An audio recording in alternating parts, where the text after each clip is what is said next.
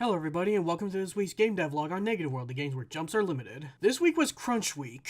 Let's get into it, starting with World 1. The South by Southwest feedback has finally been implemented. The 1-4 gap has been de-widened, making the jump a little easier, being the 4th level and all. And 110 reintroducing that players need to limit their jumps to get through. This was due to people dying at the very last jump of the level due to the limited jump part being only introduced in 1-4. The former starting point, which was down below, is now just an extra area to get more coins, getting that risk versus reward element in there. Moving on to World 2. Based on recent in-person feedback, I've taken a more streamlined way to introduce the obstacles and mechanics instead of it being all over the place. I'm still learning when it comes to level design. Basically, it goes one new hazard / obstacle is introduced every 2 levels. Then after 6 or so levels, the rest of the levels use 2 of the newly introduced mechanics / hazards to hammer it home. We'll go over the World 2 levels quickly. 2-1 has been retooled to convey the in-between platforms without telling the player, and a gate has been added to make sure you get those coins. Wind has been taken out in this one. 2-2 also doesn't have wind and is to reiterate the in-between platforms. 2-3 is nearly the same level, but instead of flying spikes, all the spikes are stationary, and it introduces the wind this time. 2-4, which was formerly 2-6,